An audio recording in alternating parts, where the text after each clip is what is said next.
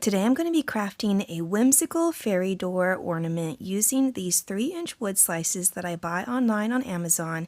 At first I was using sable brown, but I did not like how kind of gray and washed out it looked, so I switched over to this color called Rockwood red. So it's a little bit of a red, a little bit of a brown, kind of like a mahogany. And I thought this turned out so much prettier. I really love this craft because to me it's not just for Christmas. This could be for spring, it could be for summer, it could even be for fall. It just depends on what you put on it, but definitely would look adorable on a Christmas tree as well. To make it look like a door, I used my skinniest POSCA paint pen and just did really thin kind of broken lines to make it look like the boards of the door. I then used my gold metallic POSCA pen to do a doorknob and also the hinges. Where I found all my items, I found some of them at Hobby Lobby.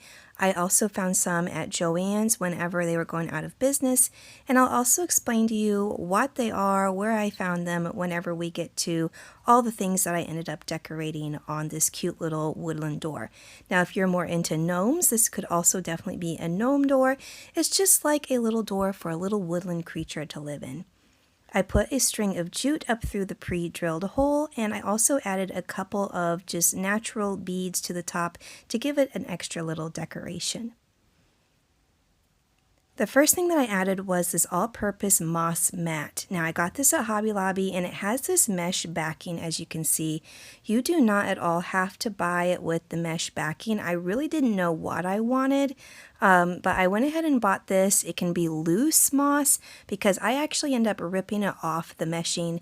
It ends up working fine, so if that's all you can find in your stores, go ahead and get it. But in order to get it to come apart, I did have to cut it. I didn't realize how well it is glued to this mesh backing.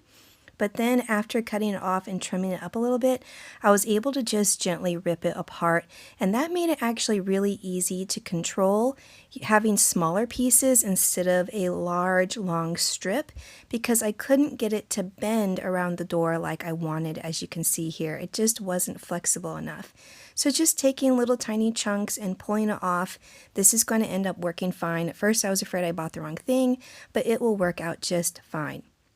Now I got this at, like I said, at Hobby Lobby, just in the floral section. There is also a little fairy garden section in the same area where you can find different types of moss. There's different colors as well if you don't want it to just be green. There's browns and more of, just kind of gray mosses. But anyway, I just went ahead and hot glued all these different little chunks around the entire outside of the door to make it kind of look like it's overgrown and it's been there for a long time. Now this is a Your Price item, also in the natural section, all in the same area as floral and fairy items. If it says Your Price, that means it never goes on sale, unfortunately. But these are also in the spring shop right now, in the spring items. So all the flowers that you have out at your local Hobby Lobby, you can find anything that you need for this craft right now. I also like that some of them are artificial, some of them are real dried items, and I also incorporated a pine cone and these little mushrooms. Now I got these at Joann's. Now don't worry, because you can actually find some on Amazon. I'm going to have to buy some of these in order to make more. And I also recently saw some at Michael's, but they're really small and some are red and some are kind of more of an orange color.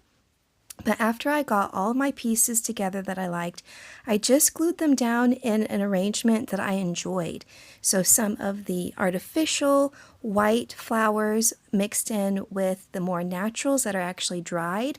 And it was just super fun decorating around the outside, kind of pretending to be like my own little fairy, like what would I want around my house. I also, to kind of tie into the wintry feel, have some flocked items.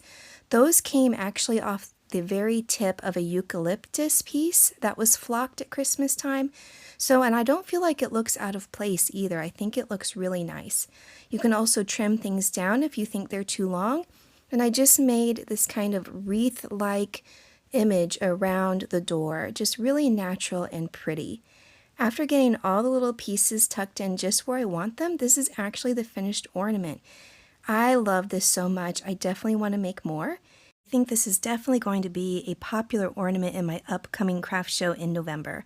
If you like this video, don't forget to like, comment, and subscribe. Thanks so much for watching, and I'll see you in the next one.